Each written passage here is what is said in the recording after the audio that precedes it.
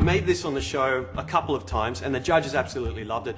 And look, on Masterchef, the judges always said, keep it simple, don't use too many ingredients. And I thought to myself, you know what? I'm going to add as many ingredients as I can because there's less chance of things not tasting bad. So the more I put into it, the better it's going to taste. So just like myself, I'm an eclectic mix. Consider myself a bit of a mongrel. This is what this curry is. It's probably all parts of India thrown into one. So I've got tomatoes, coriander, chilies.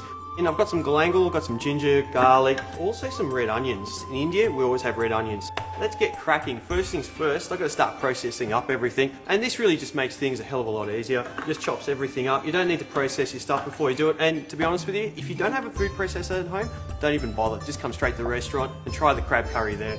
And one other thing is that you've always got to cook up your curry leaves. But what I do now is just throw them straight in there, adds that extra taste, and then add them in later as well. It's time to put some coriander, and the most important part about the coriander is the root. That's where all the flavour is. So cut that up with your hands, throw it straight in. This is the chilies. And all you've got to do is just snap it in half, throw them straight in there. We're going to put about 5 or 6 in there just to make it a little bit spicier. Got the ginger, the garlic, the galangal. This really smells like my mum's house in here.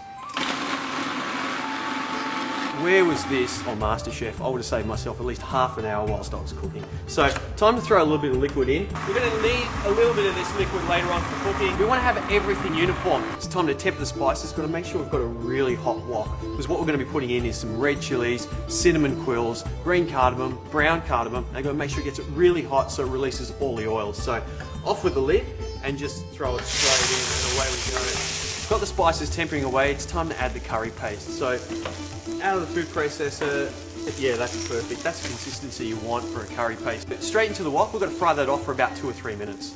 You know, you gauge, but you only need about a cup and a half of the curry paste. And now it's time to add the spice mix. And this is Jimmy's special spice mix. It's got a few traditional spices in there, but there's also a couple of other ingredients. What you've got to do is just throw a little bit of water in there because you're putting it into a hot wok. You don't want to burn the spices. So just make another form of a paste. So 8 tablespoons, 1, 2, 3, 4, that's about 8. So mix it in there. So just by looking at that, it's gone this nice deep red color.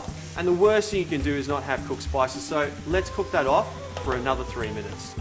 So the curry sauce has been cooking for about 5 minutes now, and the spices and the paste have turned this beautiful caramel golden brown. So what I'm going to do is add some fish stock. Because we're cooking a seafood curry today, it just adds that extra element to the dish.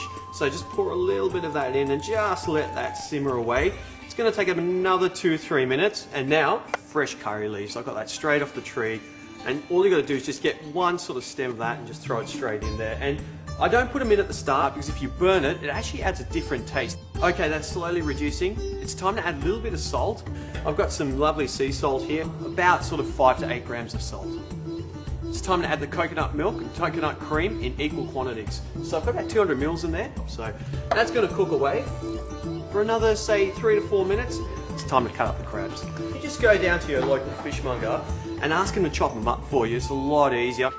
So throw that in, straight to the wok, hit it up to about a medium-high heat, lid back on. Chili crab's ready. Final part, never my strength, plating up, but who cares when it tastes this good. Bit of sauce onto the top. I really feel like I'm in one of those challenges again. Some chopped coriander. Just when you thought you had enough, some red chilies on top, a few curry leaves, and don't forget, just to finish, a wedge of lemon. My chili crab, done.